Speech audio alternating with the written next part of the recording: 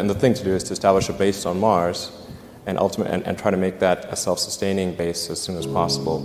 On the Tesla front, the goal with Tesla was really to try to show that what electric cars can do, because people had the wrong impression. If you're going to create a company, the first thing you should try to do is create a working prototype. Stuff doesn't need to be changed the world just to be good. But in terms of things that I think are most likely to affect the future of humanity, I think AI is probably the single biggest item in the near term. That I think right now, the most pressing item. Then obviously anything to do with genetics. If you can actually solve genetic diseases, if you can prevent dementia or Alzheimer's or something like that, with genetic reprogramming, that would be wonderful. We have a digital tertiary self in the form of our email capabilities, our computers, phones, applications.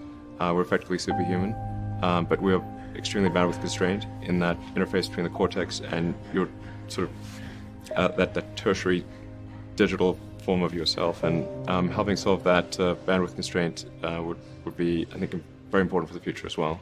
What have you done, or what did you do when you were younger that you think sort of set you up to have a big impact? Well, I think first of all I should say that I did not expect to be involved in all these things. So the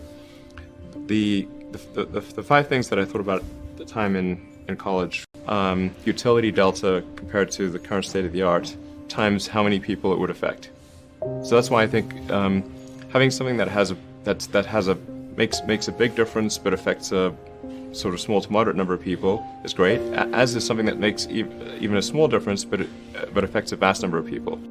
When you're trying to estimate probability of success, so you say this thing will be really useful, good area under the curve, I guess to use the example of SpaceX. When you made the go decision that you were actually going to do that, this was kind of a very crazy thing at the time. Very crazy.